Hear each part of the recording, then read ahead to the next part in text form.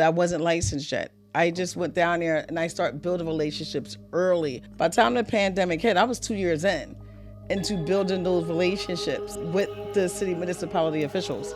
And during that time, I was outside of being terrified. I had no choice. We all kind of learned at the same time, and there was no one to go to besides dealing with the people behind the screen and behind the phone. And I had to learn the hard way. Welcome to the Landbank Show, where we highlight some of the most creative and non-traditional ways to make money in real estate. We will showcase some of the world's greatest male and female real estate developers and teach you how you can make money by using the same strategies. Now, it's time to develop.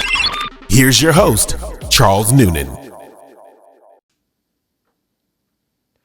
Welcome to another episode of the Landbank Show, where we highlight dope individuals who run up a bag of money through non-traditional methods in real estate. Today we got somebody really special to me, Paulette Ahmad, the permit plug, the permit expediter. That's why I think she's special, because I be wanting my stuff done immediately. I got so many projects, right? Right. I own over 400 properties. I be wanting my stuff done like yesterday. Everybody does. Not just me? Nah, you're not special. I'm sorry. I'm sorry. All right, cool. Well, I'm so happy to have you here. Happy to introduce you, but for my audience out there, I want you to introduce yourself, because I know I'm leaving some dope stuff out. So, hello, you guys. I am Paulette Ahmad, a.k.a. the Philly Permit Plug, and that's because I started in Philadelphia, where I learned how to do the magic, pretty much as a permit expediter, just to let you guys know exactly what we do, because not everybody know what a permit plug or an expediter is. We're pretty much those liaisons, profession that plays the liaison between the municipality and also the person, the client, the investor, the developer. That is what we are. That when you don't like to go into that city or that municipality to deal with all of that jargon, we're the ones that step in and not only tell you what to do, how to do, but we're also the ones that help you get through that process in the most seamless fashion, because we not only know the process, we also read codes, we know codes, and we read the plans, all of that kind of great stuff. All the stuff that you guys hate, love, relationship type thing. So that is exactly who we are. We are the ones at the beginning of the process that you will hire, that you need to hire. After you sign and you hold that key up when you buy that property, that's who we are. You call us next so you can determine what permits or things and licensing and zoning and those type of things you need for the project. Doing it the right way is important. Very important. That's why you're important, because sometimes we don't know in different cities. So I develop in like Macon, Georgia, Birmingham, Alabama, Etowah County in Alabama, Sharp County in Arkansas, right? Saginaw in Michigan. Saginaw. That's what Draymond Green is from. Draymond Green is from Saginaw, Michigan. Okay, right? okay. There's no way I could keep up with all the changes of the codes in every county that I'm developing in. Exactly. So we need somebody we can call and say, hey, we want to make sure we're doing this right. And could you just look over this stuff and make sure we're pulling the right permits and doing everything the right way by code? So there's no way I could have introduced you like that. Yeah. No, it's people are in the dark when they start a project. I mean, it's a scary process to buy the home or to buy the land, from the land bank and through the amazing program that you have. But let alone, now what am I supposed to do with it? Exactly. I got to give everything to my contractor, and now I'm at his mercy. And so I got to give a big shout out to you. All the people I know in Philly, you're helping. Okay. I'm not going to say no names, but word is, if you're doing anything in Pennsylvania, in the state of Pennsylvania, it's a good idea to go through you. Pretty much. I work hard for my clients, and this is what I feel like, this is my purpose. You are literally looking at a person who loves what she does, which is helping people through this process. So a big part of it is compliance, making sure it's being done right. But then you have a way to expedite that permit process. Yes. All right. So I got a question for you. All right. Right? Before we really dig deep into how you got to where you are, when COVID hit and everything was online, how did you manage to expedite permits when there was no one to really like build a relationship with outside of the computer?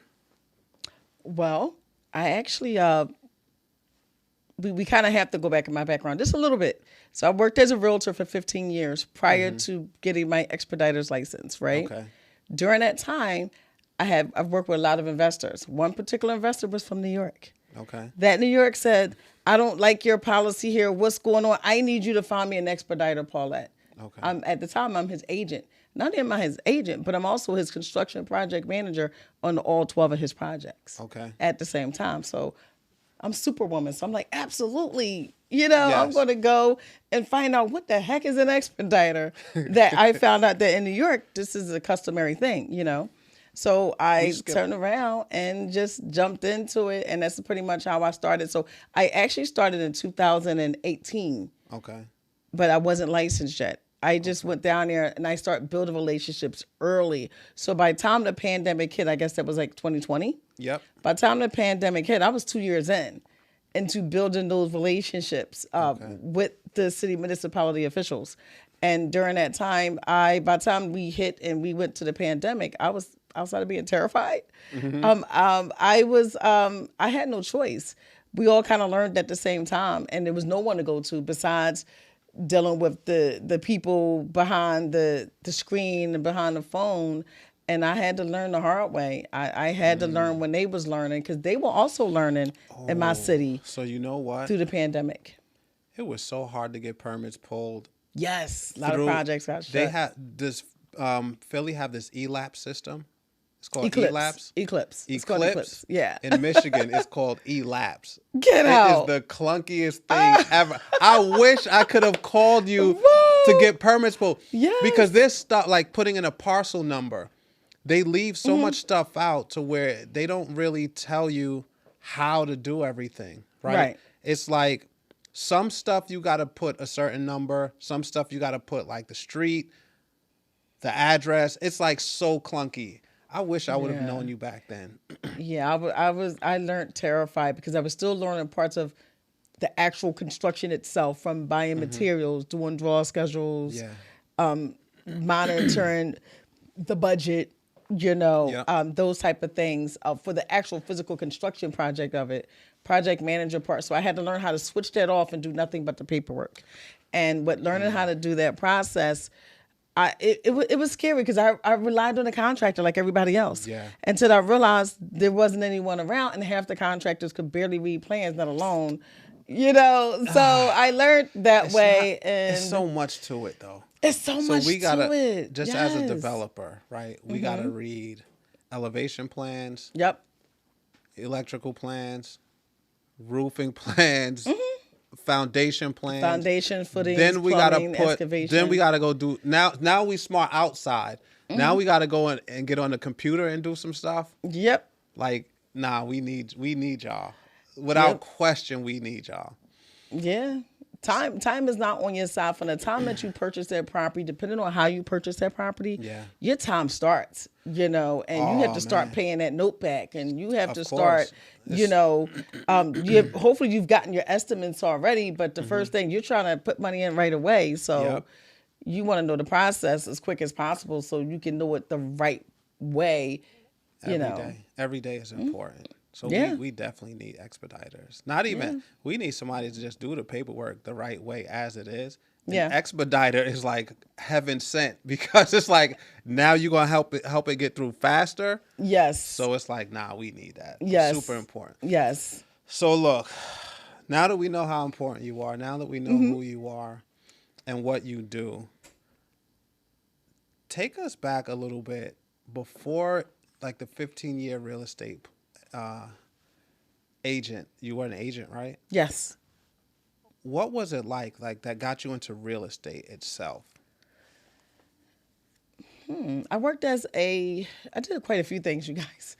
I used to do credit repair back before it was super popular. Really? I used to do credit repair back in early 2000. I have a book that I wrote called Credit Repair Laws, Letters, and Definitions. It was called My Little Black Book in of 2000? Credit Repair in 2000 and like Yeah, in That's 2005, 2007. I love it. So, and that was then. I did a little bit of mortgages as a loan officer. And through that, I became a real estate assistant. From being a real estate assistant, I became, basically, I've been self-employed for over 20 years, very easily. It's just, I was always in real estate in some kind of way, shape, form, or fashion. Okay. It wasn't until, honestly, I thought I found my calling as a realtor to realize here it is, expediting, and once it clicked, I felt like the Rain Man. Like I just kind of knew where everything went, and then now I'm in this city and that city. So you said a lot. You said a lot of valuable stuff in what you just said. Being an entrepreneur for 20 plus years, it means so much. And I'm going to tell you why. Because I've been an entrepreneur for a very long time. We are no longer scared to do things. So you was a realtor, right? Permits, project manager. Yep. But none of that you said, oh, you went and worked for somebody in the middle, right? I realize a lot of times today, people are so scared to leave their job and put those 40 hours in for themselves. True. They come to me, Charles, what made you leave? What made you take the leap? What made you do this? And I'm like, dude, just imagine if you put in 40 consecutive hours a week, like every day. Yeah, every day. You worked on your own projects. You worked for yourself. Like if you got up and you raced to your job, to your own place of work, like you were racing for the job that you're going to. Right. If work wasn't done on your own projects and you stayed 2 hours late and didn't ask for nothing for it, and you just really put that work in like that for yourself, a lot of people will be so much more ahead of where they are today. Yeah, I agree, but I do also believe that there has to be workers to do the work. And there has to be, not everybody could be an entrepreneur, because it's a certain type of discipline that comes with being an entrepreneur, and certain sacrifices that we make. You already know this, Charles. You know we make sacrifices. We have to, in order to, and now it's like cookie cutter us now. Like it's nothing for us now, but we have to make some type of sacrifice. Why are people so scared is what I want to get to. Well, people are just scared. People are scared because they get used to that guaranteed consistent income that comes in either every week or every 2 weeks. Me, on the other hand, I'm terrified to get a job, to give someone that power to fire me, or if my kid is sick, or I have to go to a game to watch my kid, or I need to go, or I want to go on vacation. It just gives me anxiety to even do that type of thing. So it's that type of feeling for us is the same thing that it is for them. They get used to that, so it's best for them to work on their job on the side until their job can replace their consistent income. Right, until that whatever their projects are doing. They got to first know exactly how much they need to make to survive. I think the math is simple, right? If you're surviving on whatever you're making at work, do the real estate math and to back into that, or whatever your business is. Right. You know how many permits you got to file or clients you have to have to make, let's just say 6 figures as a baseline, right? You know what that is. You know how much you have to make to do that. For people to leave their jobs, I just never understand. You touched on like taking a day off because your kid is sick or you're sick. I don't understand calling someone and saying, hey, my son is sick and vomiting and has 102 fever. Can I please stay home today? Like, that is fear for me. I'm scared to have to. What if the person says no? Yeah. So what if they say no? What if your son, your daughter has a championship game or something that you really want to go to, and you have to actually call in and ask someone else that doesn't know your kids or your parents, right? Some people have to take care of their parents. And they're like, yeah, no, we have X amount of project going on that you have to be at. Yeah. I just never understand that. I had a daughter that did that one day, and she couldn't call out because they were very strict. Yeah. So she brought her child to work with her. They fired her in 24 hours. But it's worth it. So, they did. I'm like, I'm your mother, so We just have to strategize, take a step back, Figure it out. strategize. We'll figure it out. You're a licensed professional, already degreed, Yeah. so you're fine. You're going to jump back. But that's not the end all be all. Sometimes God pushes us out to not. do that because we're meant for a different calling. So, And I don't want to work anywhere anyway Mm-hmm. where if my son is sick or a parent or something, and they say no, you can't go take care of your mother or Mm-hmm. Right. your father or something Right. like that. That just, I know we went a little bit off track, but I just never understand. And I find like I relate more to long-term entrepreneurs, Mm-hmm. and they think we're risk takers, but we're really not. no, we're not really risk takers. We know. Like, we know what we know, and it's because we know ourselves. That's the first thing we know is ourselves. We know how we get when we want to figure something out, or when we see something that actually may make sense to what we're doing. We know the work ethic, and we know our own disciplines that we've already built that will see that through. So that's why to someone else, it's like a risk. And it's like, no, I've been here before, or I'm already aware, or I'm well more advanced now, so I can see, Okay. the end. I see what you're saying. So they're saying we're risky because we're betting on themselves. They're not willing to bet on themselves. That part. They don't have. Is it the confidence, or they know they not that good? When They you know when they're you when not you that know you're good. not really putting the work in. Okay. I'm the CEO. You're the CEO. Mm-hmm. We have employees, right? We still show up to work every day. Yeah. We don't make excuses. It's a difference. We don't make excuses no matter how much money we make or how much, how many people are here. We like to be in the hustle and the bustle of what it is and what we do. So because of that, yeah, it's different. Okay. Got it. So you'd say it's a personality type? It is definitely, Or- when they say it's mental, it's mental. It's definitely personality type for sure. It's Yeah. all mental for me because I just don't I don't understand the other side. Like if you're doing, and I say this all the time, right? Outside of like our police officers, our school teachers, our nurses and things like that, of like the jobs that we really, really need people to do, I really think people should focus on their own projects and work for themselves. Well, it's ironic you say that. One of the things that I actually chose to do this time around with hiring yet another set of employees over the last 4 months Which was we go through often, right? yeah, right. We stay going through employees. Was I no longer wanted to hire an employee as an employee. I want that employee to be their own business. So my executive assistant, this is her own company. Yeah. My virtual assistant, she has her own company. Right. My CFFO, she has a company where she owns a company that does work for other people. I rather, because they have a different type of discipline, respects, and things to what they do. So it's no longer trading dollars for hours. We already have a set contract, how much I'm paying you, and then we'll just deal with that. And there's no harm, no foul. And now you've empowered them to make money. And on now their I own. empower them. I'm already aware that they're going to have other clients. I'm already aware that they're going to Nice. have other things. Smart. But when they do it that way, I don't look at my pocket to see that they're not working what I think I'm paying them.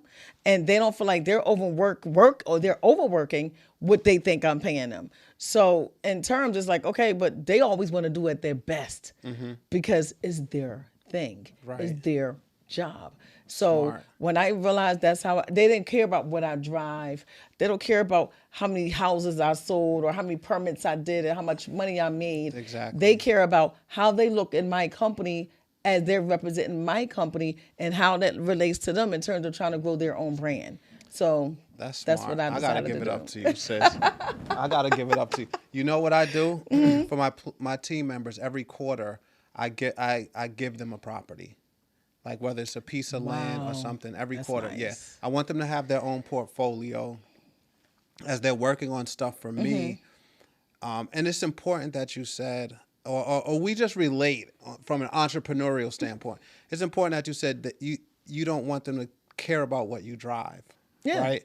Sometimes employees, but we put in 20 years of work, right? Yeah. We get to drive what we drive because we put so much work in. They don't see that part, right? No. They don't see the work that we've done at 5 a.m., 6 a.m., 7 Talk a.m., about it. 11 p.m., Dreaming 12 about it. p.m., How about 1 that? p.m., Right, and then start writing it down.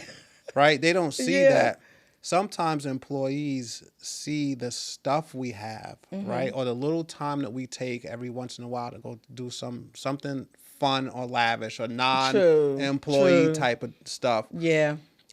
They have gotten, I'm not gonna use the word jealous, but they have made reference to nice things that we have, and they don't have it, but they just don't see the other side.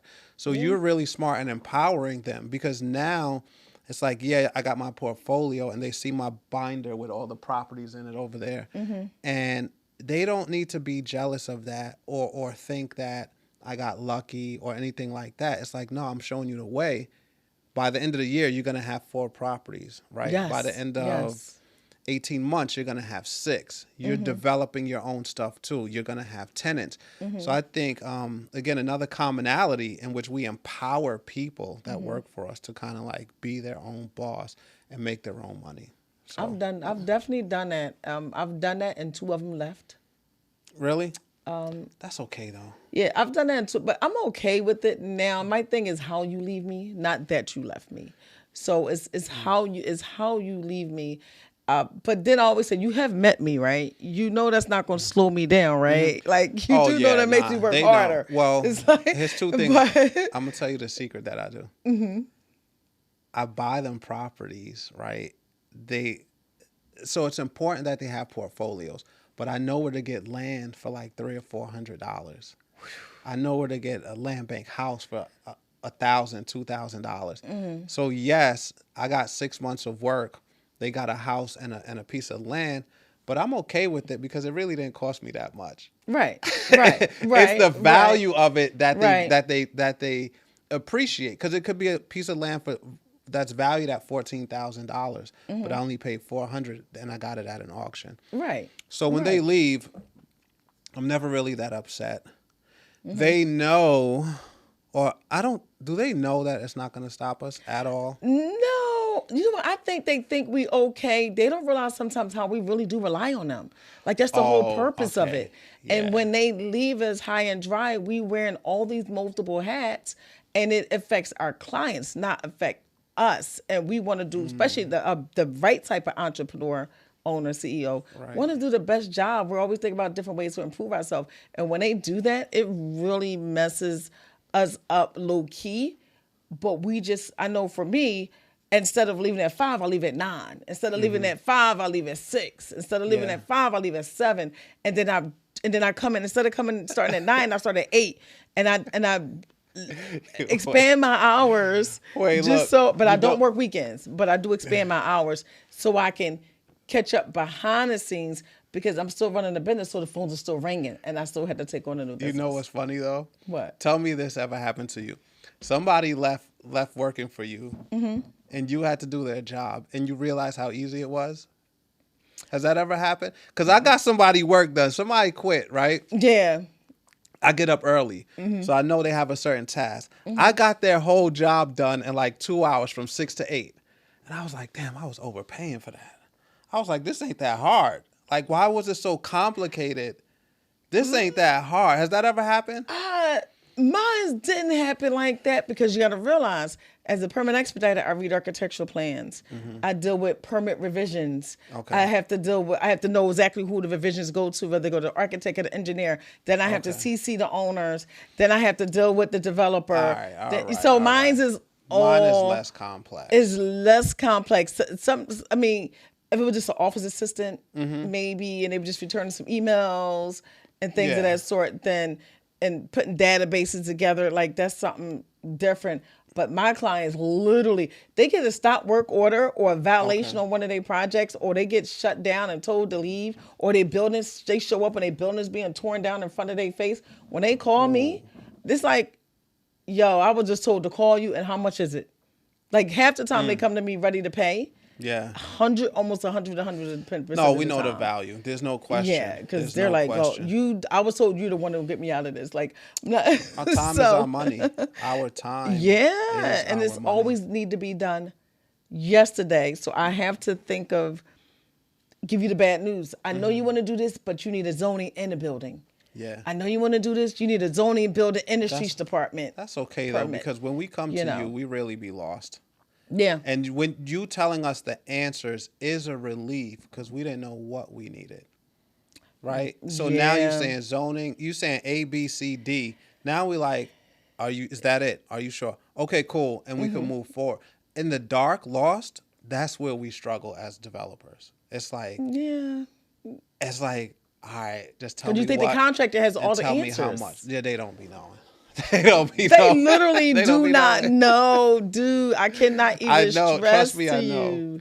And then we have to wear it. We get like it's all on us. It's all on the developer or the owner. It is. But all right, cool. So is that the worst that happens to you in your day? The worst that can happen. You lose a key. A key employee hurts. A key employee will hurt. I'm still climbing out of one now. No, I got literally. I'm still climbing out of one now. I think I'm pretty much to the end of it. Maybe last few clients, but yeah, I'm still climbing out of one right now. But I've been blessed with 3 that came behind them. That's just nice good couple more weeks. Nice. I almost duplicate myself. So nice. I'm pretty excited about that. I got 1 employee for 8 years now. Best employee I ever had. Oh wow, that's great. Very we know each other very well. She knows what I expect. It's a certain level of excellence. But with that expectation, she's been able to meet the bar, not only grow professionally, but personally as well. So her life, her background was she was just used to certain things, like a certain subpar standard. Then when she worked for me, she just never gave up. And she's like, damn, this guy's demanding. This guy's grueling. Like, this guy is tough to work with. Yeah. But after a while, you're like, oh, there's a standard. Oh, there's a level of excellence. Oh, we just want to submit things one time and not have to do things 50. We want to deliver on our promise to our customers, right? And then once you get it, you start to you develop an appetite for getting things right. You develop an appetite for winning. It becomes a natural. You become that thing. Yeah. You become that thing that's how you need to do for yourself now, and that's versus what's happening. Just for your. And she's noticing her family members. There's some separation between her and some, and then there's some where she's pulling up as well. And she's like, "All right, look, y'all, we got to get property." So it's her first time owning property, right? It's her first time owning a lot of things, and she's like watching me grow and excel in my career. And instead of saying, that guy works too hard, like he has too many properties, he does too much, he never stops, she's starting to take those characteristics on. Yeah. And in her personal life, she's doing really well. That's really amazing. Well. Yeah. That's amazing. I tend to find that people, when they come around me, they go, ooh, every time I come around you, I either feel like I got to take notes or I just get so empowered. Because it's like you're just never ending. And I'm like, I get those moments. Yeah. But mine don't last too long. Like by the time I'm thinking of a down moment, I'm already ready to listen. I can't let grass grow up under my feet. Yeah. Because it just don't exist in my world. I don't know because I'm a Capricorn, but it exists in my world because nobody's going to be there to help you. I don't. This door could be open, and this door could be open. And it means nothing to me because I don't plan on touching those doors. That's plan B, plan C, plan D, plan whatever. All it is plan A. That's it. Oh, come on with it. I was going to say, I don't be having all them plans. I just be having one and I make it work. Yeah. Because I know if I can make up the plan, I'm going to make it work. So that's just all it is. Our producer is laughing because we just literally did that. He like, yeah, man, there's no plan B. We get this thing right. And that's no plan B. It's no plan B. It's really figure it out. And then when things go wrong, we turn the page. We turn the page. I sit back. I say some prayer. I put it in God's hands. And I'm going to make it work. I don't even think about it. I believe that the universe responds. Literally. So what you put out in the universe, you get back. So if you don't concentrate on that thing won't come to pass. Yeah. You just replace it. But whatever the next thing, what can I do? It's it's a belief that we have. It is a belief. It's a different level of belief. It's a characteristic that allows us to bounce back when we get hit on the chin or whatever you want to call it. Yeah. And I just say, like, you could only be down for so long. You have to turn the page. And I think some people that lose, some people that quit, even on their real estate projects, it's not that they were bad projects. It's that they kind of bailed on them too quickly. They bailed too quickly sometimes, and they chalk it up and say, when they could have called you. They could have called When me. they could have called you, right? You know? They gave up on some stuff, but had they just turned the page and tried to figure it out a little bit more, they could have found you. They should always have permits in a project. Period. They should We always don't have the know. permits in a project. Well, a lot of the hard money companies don't require permits, so they don't put them in there. Number one, They don't. So okay, and number two, if they at least had it in there when it happens to come up, they would be at least prepared for that. Everyone wanted to give the municipality and give the permit the least amount of money or nothing, but then give all of the beauty, make the house perfect. go over budget on the project. The wrong You way. see what I'm saying? Yeah. But then you want to backtrack, and then you call someone like me after you done turned it into a quad, and now I got to come try to figure out how to turn that quad and make it legal. You know, or So yes, it's yes. so many It's a fine line. It's a fine line. It's because I've done that. right. I've done that. We don't. See? So look, I'm not gonna say we're first generation. We're probably second generation. Well, I'm first generation real estate developer in my family, right? yeah, so am I. There's nobody to teach us anything on how to do things in my family. Exactly. So you got to give us a little bit of break. And I said, I gave you props earlier. I said, you be saving a lot of my friends. We already talked about some people that was doing things the wrong way. And I'm like, look, we don't have a baseline. We don't know any better. Our kids will know better. I never knew what a permanent expediter was. And I live in New York, and I have properties since 2000. Wow. And I didn't know. And I'm going to tell you, you want to know why I didn't know? Why? Because they're the only ones that can go into the municipality outside of the lawyers. Because I was never pulling permits. Oh, well, yeah. I was getting Julio and them from Home Depot, having them do the work. Yep. It's rented already, and my motto used to be, it's not this anymore. Okay. It used to be, Okay. It's easier to ask for forgiveness than permission. So I'm going to do it anyway. I'm going to run up the bag. I'm going to make it a 3-family. I'm going to rent all of them out. I'm going to do the second floor's rooms and really go 5 doors on the second, a family up top. No, and a family that's a downstairs. New York thing. They come to Philly and try that. Yeah. Don't blame us. We need the money. And dude, y'all, seriously, Average they rent come New York to New is York. $5,000, They come, New York come $6,000. right to Philly and do that. But you We- can't get a renter's license, though, In Philly? in New York. No, that's what I'm saying. We just do it anyway. Yeah, okay. Because you're gonna make so much money. You're doing $700, $800, $900 a room.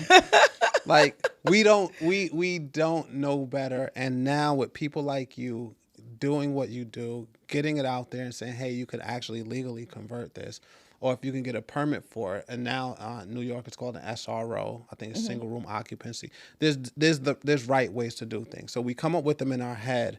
And yeah, we could go get it done the right way. We honestly just don't know at the beginning of it. Then it takes some fines. Some nice. New yeah. York expensive with fines too. I'm surprised. Yeah. You guys learn nice, expensive lessons. We hope to an inspector we It'd be get a the pass. thousands. We hope to get like a Yeah. slap on the wrist, and then we clean it up. I'm just being honest with you. This is what happened. This is New York. Yeah. First gen real estate. Right, So you know right. real estate makes the millionaires, right? You know ownership is where it is. We try our hand at it, but there's no book, there's no guideline. No, there's not. We don't have a guideline to say, look, when you do this, there's so many scenarios too, so we don't know. So I'm super happy to have you and really share what you do and how you can help people. So here's what I want to know. What was the darkest point of your journey as an entrepreneur? Where did it get really hard where you may have, if ever, thought about turning around?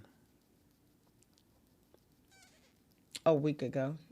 A week ago? Out of 20 years? Last week? Well, we said out of 20 years. So this is the thing. Again, as an entrepreneur, we have certain times of the course of a year in any business as an entrepreneur where you get like I guess I would say where we tend to get things get really slow. And there's times I've went from making 16,000 a month, 25,000, 30,000 a month, and barely made 2,000 in a week. Barely made $1,000 in 4 days. So there's certain times a month where I had to keep learning that certain times a month I need to hold reserves in order to get through those next months, because business tends to slow down, right? And last year was tough. I mean, last year was tough because you got to realize also when we're entrepreneurs, you know, we're making over 20,000 a month now, but at the same time, our expenses go up. So I'm sorry, but your $1,500 a month is not like my 46. And we're just talking about my rent, and we're not talking about my 3 electric bills and my 3 gas bills and all the other things that we got to do. So, and then when you're behind, now you have to pay out 15,000, 12,000, 16,000. Yeah. Someone else will probably like, you know, me, I'm like, that's 5 deals, that's 6 deals, that's 20 deals. And I always look at it that way to psych my head out, right? So it really depends. So I would say my hardest time is I never stop going. So it's a few times still out of the year when I have to catch myself, because I have to remember, whoa, those months are starting to come up. And I start to hold back. I still do it till this day, even no matter how much I have in the account. So, because I know that they kind of created anxiety for me. Those, I think, what is it, October, November, December, somewhere around in there, those 3 months consecutively, I would go from XYZ down to barely so nothing. Those are slow. Why are they slow? Is it like the dead winter where?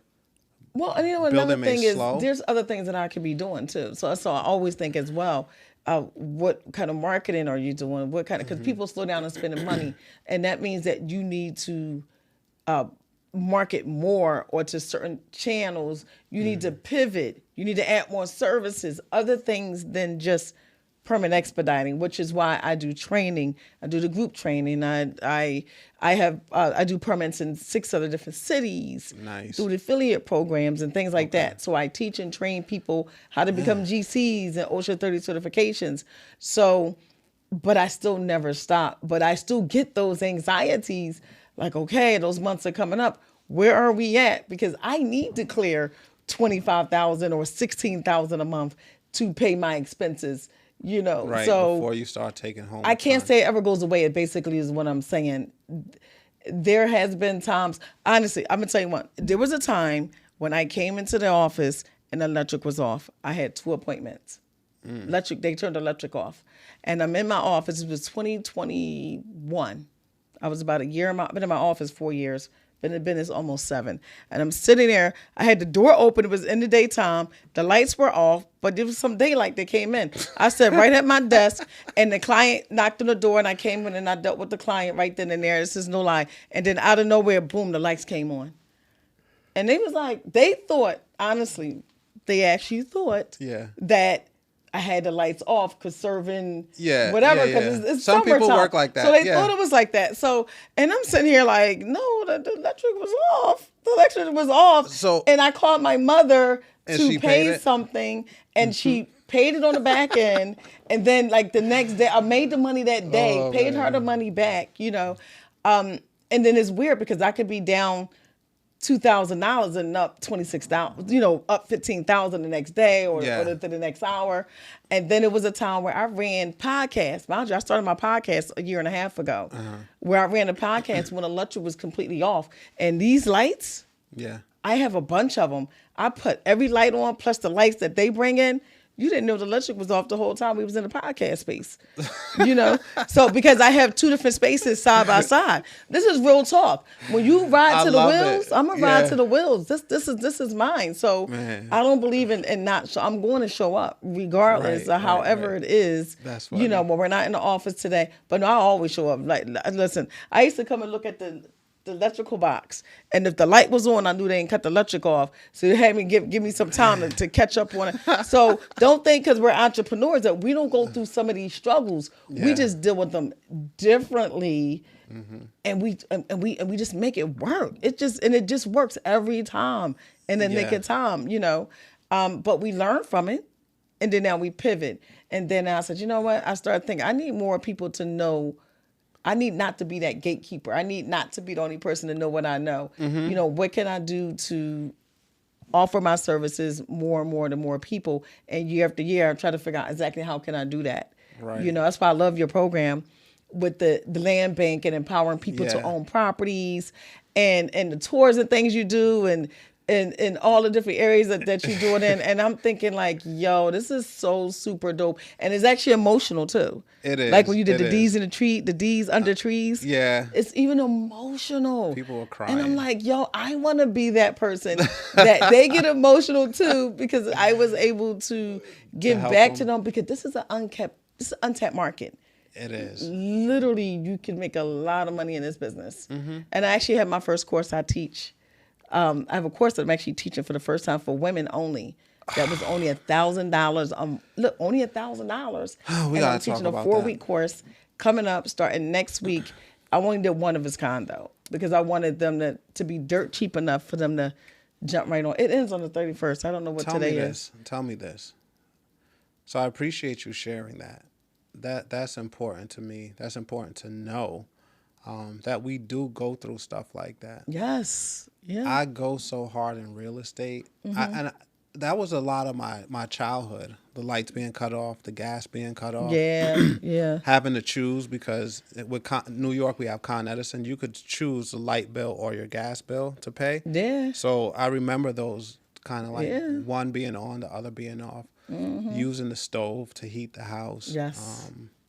Boiling water on the stove to make some heat, some steam, stuff like that. Having to actually use that boiled water to take a bath. Yeah. Right? All right. That stuff has, and I identified why I go so hard sometimes. Exactly. I operate, I'm going to say mentally, in some sort of space of fear, where I never have to go back to that, or I never have to have my kids see anything like that. Right. So sometimes people ask me, like, why I go so hard, right? I'm in a comfortable space financially. I live comfortably, right? Work is good. And I have a ton of properties that pay me a lot of money every month. But I still like pop up, no alarm clock, really early in the morning, and just accomplish things. And one day I was talking to a good friend of mine. He was like, yo, you're doing that out of fear.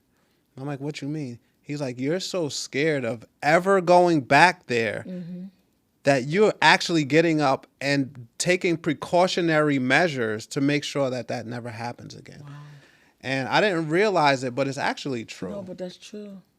And I have to agree. Yeah. I'm really far away from that, and it'll probably safely, pray to God, never happen.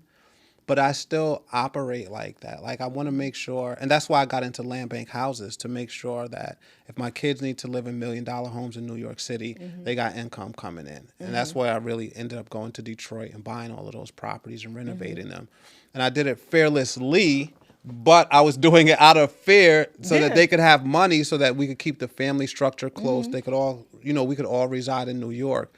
And, as they graduated college and things like that they wouldn't have to move far. They have real estate portfolios that pay to create options for them. Yeah. Yeah. Yeah. So I have that fear too, and that just keeps me motivated. I have it too, then? And then I got it, and then that's why I got what do I need with 400 pieces of land, right? I could never develop 400 pieces, right? And in my lifetime, it's just too many. Yeah. I could potentially do it, but it'll just consume my entire life, right? But it's just more so like just stacking. I'm like hoarding wealth in the sense that it never goes away. No, but that's right though. When you think about it like that, what can you do in that period of time? Yeah. I'm happy you mentioned that, because we have so many commonalities in the stuff that we do. So, DDay, I'm happy you saw that. I didn't know. Yes. Sometimes people watch from afar. Some people be like, yo, Charles, that was dope, right? Me and Sister Shanika came up with the concept. Well, actually, that was Deeds Under Trees. That was a 5-day.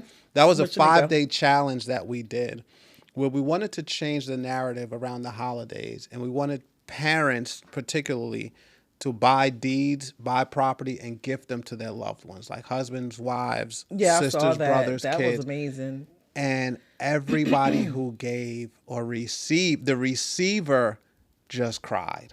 Like some of them were nice enough to share their story and they cried. DDay was this wild, crazy idea. Like entrepreneurs, we're going to think and create some stuff. Yeah, we're going to create some stuff. We're going to create some stuff, right? So I came up with this concept, DDay. For all the Landbank team members that own property in Birmingham, Alabama, I got a bunch of stuff there, right? And I'm developing there now. I came up with this concept called DDay, and I said, let's just all just go to Birmingham. We're gonna lay eyes on our property, take some pictures, and celebrate. Yeah, that's the next hot market.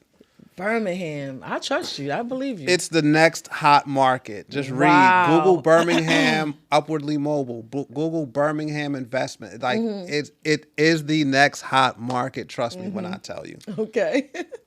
So I just came up with it, and the Landbank team members, they just made it happen. They're like, they owned a ton of the properties there, and they're like, yeah, this is great, let's go.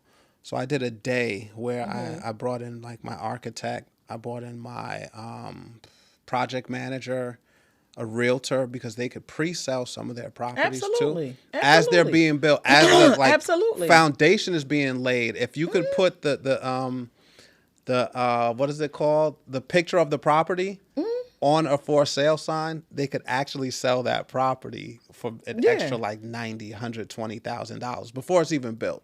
So that was an exit strategy that I introduced them to. I don't love selling properties, but I introduced them to that. And then the title company. Title company, absolutely. I had there too. I should have had a permit expediter there. That would have been icing on the cake. That would have been icing. They're like, wait a minute. So look. May 17th, I'm doing, so I did another challenge, Buy the Block challenge, right? Buy the Block. I just finished it, and I'm taking everybody to the auction to buy properties, because I know a specific auction in Pennsylvania. I'm not going to say the county. May 17th, I'm taking, I think we're up to like 200 people. And one day, I'm taking them to an auction. Can I take advantage of that? Yes. Okay. I'll give you the info, right? So I organized an auction by township of a county. And it's an auction that I went and dominated, and there was nobody really there. Ooh. So 600 properties. You know what? I'm going to tell the auction. We ain't going to gatekeep, right? No, I'm not going to gatekeep. We're not going to gatekeep. I got to still sign up, though. So. Should I say it?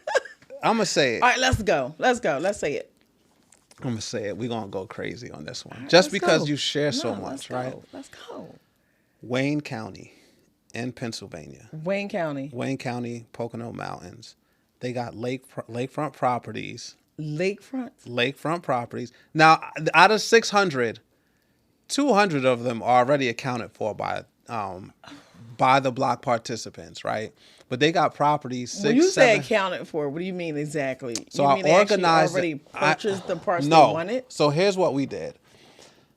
A big concept of mine, right, for us as minorities, African Americans, is for us to grow financially and close the wealth gap, is to connect, right? Meaning get together and connect.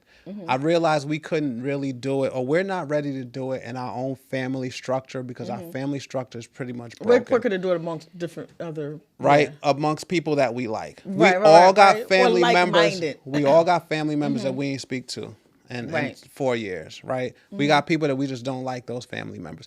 So what I was thinking is put everybody in a group, like-minded. That's what my challenges are really about. Get like-minded individuals together, locking arms, and we have our relatives, but if we could make them our family and move as a family, we could connect as a family, we could grow through the acquisition of properties, and then at the end, I teach them how to cash flow those properties. So here's what I did. We did a challenge, like 400 or 500 people, and we offered the opportunity for the Wayne County auction, but I organized it by township, so they get a chance to see the properties that they want to take, that they want to buy. You claim it, right? You put your name on the spreadsheet that we had. So when I say accounted for, like they went through all 600 properties, and they said, "Oh, I want this one. I want this one. I want this one." And we just did it in unison together. That's part of and could they get more than one, or at this particular challenge they can only get one? So I'm tall, I'm black, I'm bald headed, right? Yeah. I ain't want to cause no problems in that auction. I don't want no problems. So this is what I asked. I said, I'm going to teach y'all the skill set to go buy as many properties as you want for the rest of your life. Please let me get through this one wild, crazy idea I got, right? Because I said, please just get one property. Okay. This is what we going to do. Let's say the first township is Dreyer Township, right? We got 8 people that want those. I color-coded those people. Go in, buy your property, and get out. Let the next tranche of people for the next township go in right after. Let them buy theirs and get out. Right. I asked them, like, could y'all just chill for this one? Like, don't have it going crazy in there. And you know who they're going to look at, right? Yeah. They're going to go look at me, the guy with the shirt, and that's organizing this thing, and it could be a problem. Like, legitimately, because we ain't 200 deep is a lot. Yeah, when they're not expecting you, and it's like 12 of them in a room, right? That's all it'd be. It'd be like 14 and bidding on these properties, and they be taking stuff next door to where they live. They don't look at it as investors. We're looking at it as investors to invest to develop that entire community. So my ask, of course you can come. So my ask was like, for one day, let's act as a family. Let's be on the same page. Let's not be running back and forth because we know where to get properties at $800 that's worth $15,000, right? Let's just do this in a respectful, collective manner where I don't get arrested, where they don't come back on me of doing that crazy, like organizing something like this. Right. And I was just like, let's just get one. Now, once I don't think I'll be able to leave because it's like a 2-hour auction. So we got to actually get they do it quickly too, because really only one person bids. It's not that competitive. It's a live auction too. So in-person auctions are the best because like developers like me, I could only go to one at a time. Right. So if there's 50 auctions going on around the country at that date and time, I could only be at one. True. So it's like this non-competitive auction. I found it. I gave it up. Please, y'all don't bum rush my auction. Please don't bum rush. Just get in contact with me. Get in contact, right, with Paulette, and we going to organize it. If y'all want to go to another one, I got plenty of them, but do not bum rush this auction and make me look like a wild man. I think that's amazing. I think, here's my vision. It may be your vision too. I'm thinking if they go in there and they purchase blocks, let's just say, just like we buy the block, right? You go in and you buy That's what it is, baby. Right? Buy the blocks, right? Yes. So you buy the blocks, and then as you start to develop, could you imagine that because everyone worked in unison as a family, that the respect for how the upkeep of the properties, the properties are built, how the properties are cared for, the people they put in the properties, it becomes this epic. It becomes like, this is for my brother, my sister, my grandmother, my uncle. I met her at a challenge. But you guys know each other, so it's almost like you usually will move into a block or buy a property and you hope that they like you. Right. Or speak to you. Or New York, they ain't gonna speak to you. Or you're doing development and you're like, oh, I hope I'm not making too much noise, or But when you realize that the owner know the other owner and everybody know that they're all a part of the same thing, that's just crazy. That's amazing. It's crazy. That's like a feeling. I can only imagine what that feeling is like. I know. At this point, right, that's really my gift, my joy. I get joy out of seeing those people cry when they get properties. Yeah. I get joy I'm gonna be one of them. I get joy. So you connect with Julia Rose. She got the master list. And we're going to put you on the list. You'll get a property. It's easy to look it up too, right? So I get joy out of people calling me every day saying, Charles, I want my first property. Charles, I got my first. That's real. Like, I don't have to buy properties anymore. No, I'm just developing the stuff I'm developing, and I could just watch my team members do it. And I get the same. So what I realize is I get the same rush. I get the same, I be feeling like I won when they won. Yeah. I love it. Yeah. So, all right. So can I get your commitment? 517. 517. I would definitely Wayne be there. County. Wayne County.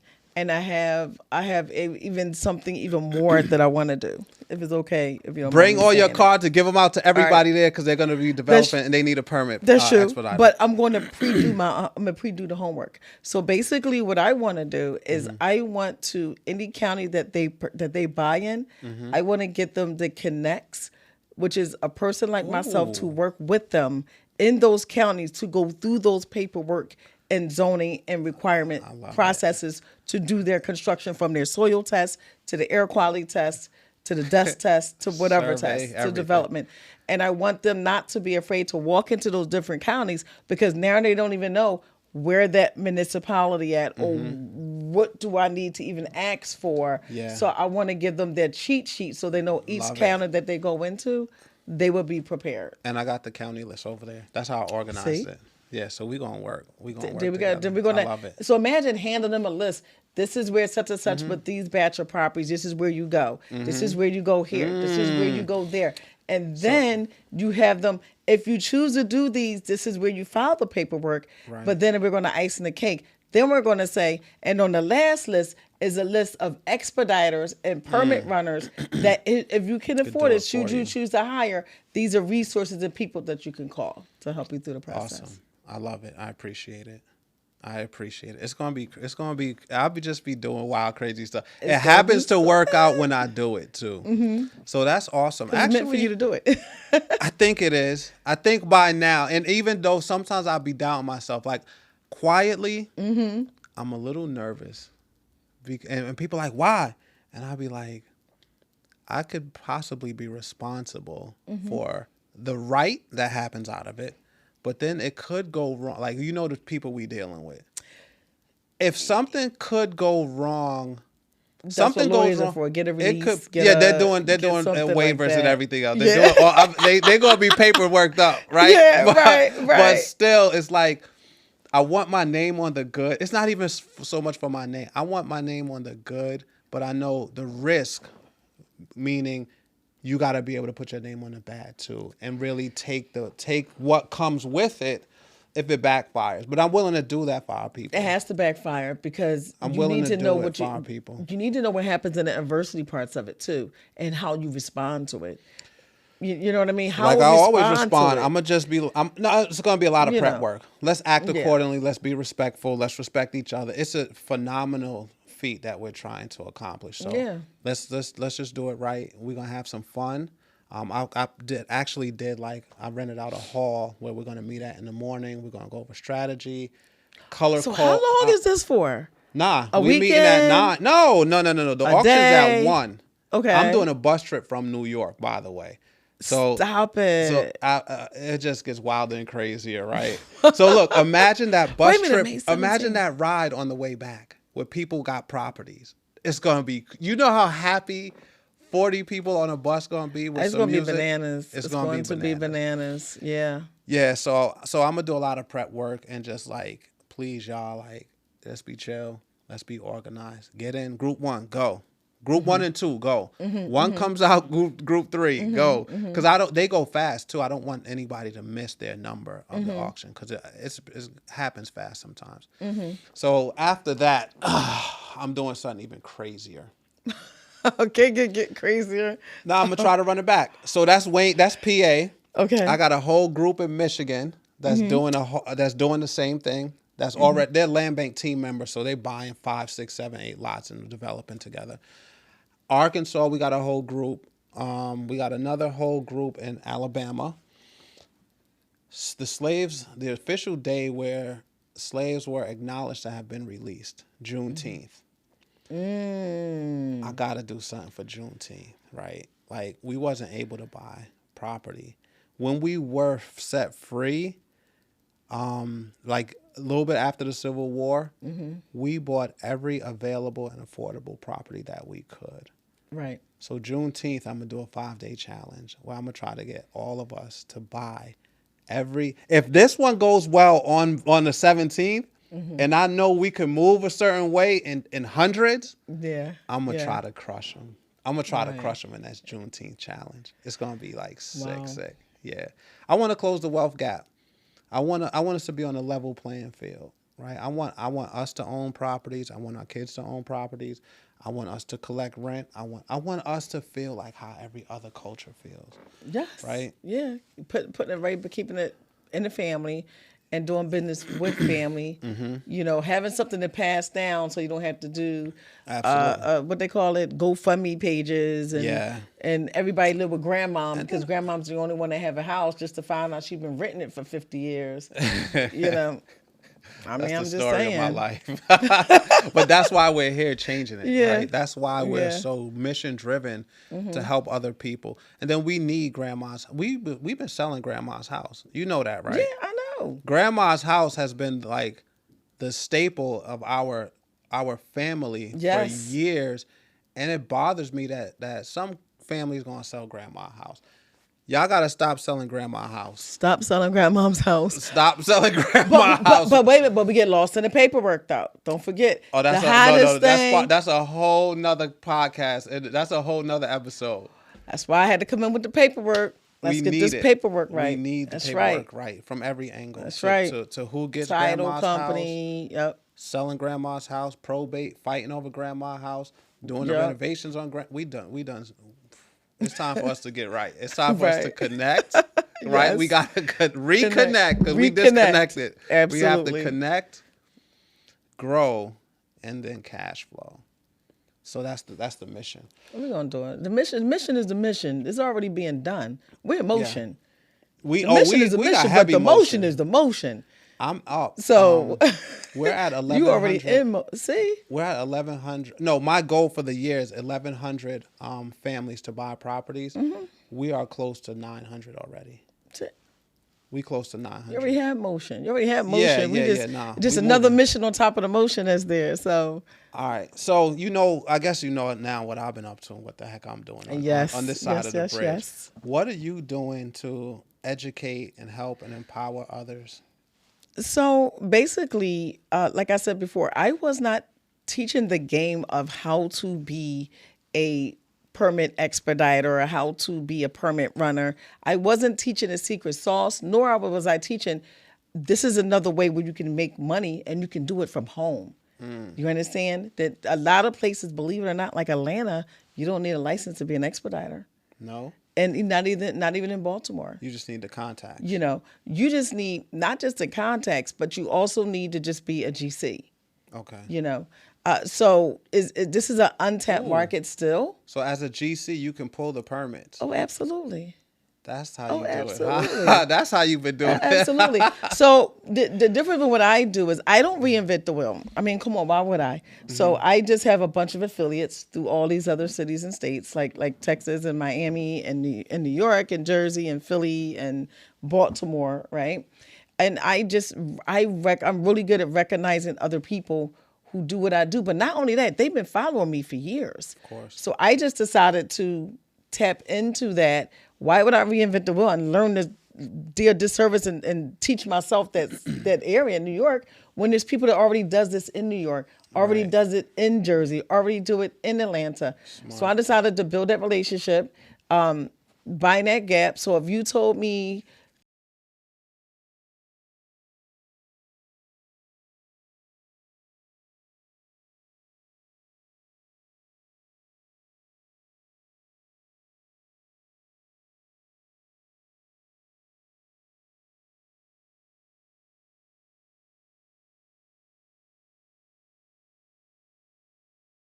listen, I'm actually going to put together a cohort. Never did one before. No. Can you believe it? I never did a cohort before. I'm actually finally going to start. It's going to be dope, though. I'm telling them everything. I'm giving you guys all my plugs, all my connections. I'm not leaving anything back. So the same plugs I had with the affiliates, I'm giving to my cohort. Can you do it before May 17th? I don't want you to get stuck. We sometimes get stuck in putting things together to be so perfect that we don't implement. Could you just do it? Yes, I can do before May 17th. Oh, thank you. Okay. Before May 17th, I can do the cohort because you guys need to know. You're buying all these properties. You need to know exactly what to tap into in terms of that municipality, what type of paperwork need to be done for that project, so you can know at least as much as, or at least a quarter of what the contract either is supposed to do or what you need to do for that project. That empowers So, yes. us. That empowers us knowing the contractor. So they'll come to you, and then after you, it's like, let me call the permit plug because I just got this property in Mississippi, and I need to know where I need to go, and I need to be connected. Can you take extra calls throughout your day for new developers? Would it be beneficial for you? It would have to be on certain days. I would need this on Tuesday and Wednesday, on Thursday and Friday, whatever those days are. I would have it set off with just new developers. Maybe I'm thinking I could add you to my welcome email, so when we get new team members and they buy their property and they're looking to develop, maybe they could get on your calendar, right? Mm-hmm. And you could educate them on what they need to do to build, because knowing is everything. Like when you know and you know right everything. And you know for sure, you know, like you can tell somebody like, no, I need you to pull this, this, and this.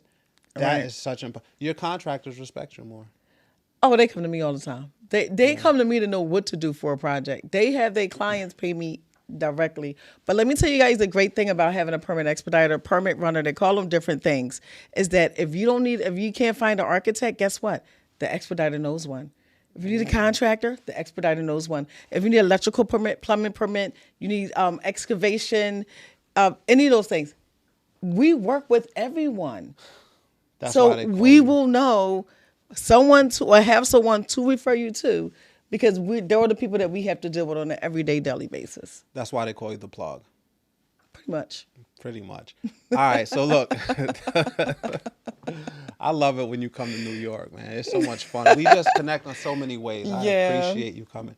We got to have you back, too. And we'll talk about definitely you coming to the auction with us for sure, 100%. Yeah, after that, 100%. we'll see we'll tell them how everything worked out. Yes, but with before that, I want to invite you to my community just as a liaison so they could reach out to you, get some education. And it's worth a fee, so hopefully I don't know if you charge or not for consultation calls or stuff like that, but yeah, we do. We do, but they get way more than. I know. I could tell. You're like me. You're like, well, whatever. You pay consultation one time and then you got me. A friend, right? You got to call you at 2:00 on Saturday, like, hey, and you just like, and I'm like, no problem. All right. I'll be like, give me the address. I usually know the addresses before the person's name, honestly. Mm-hmm. Give me the address. Okay, what part of the city? All right, and I'm already searching it and telling them, we're going to get that together. All right, let's wrap this up. All right. Ooh, man, that was so powerful, and such a roller coaster ride of ups, downs, emotions, good. Yeah. Hopefully nothing bad, right? Nothing bad. You know what? But I love working with people, and just like yourself, I love working with people that are in their business. Yeah. That's why things flow so well, because we are in our business and in it for the right reason. So I love that part right there. That's what I'm doing. I'm taking them to the auctions I go to. You know, exactly. This is just coming with me, right? Just like you're people, you're just telling them, hey, you're teaching them to do the job you do. To do the job that I do. If I took them to the municipality themselves, I have no problem doing that. And so, but listen, because it's what we do. We may do that too one day. Who knows? But they need to know. Yeah. They just need to know. You know what? You're gonna do a permit day. A permit day. A permit day. Super. And your women, and you got 20 women going to the municipality to pull a permit. No, seriously. Come on. Seriously. Come on. Give it up. Give it up. Give it up. Give it up.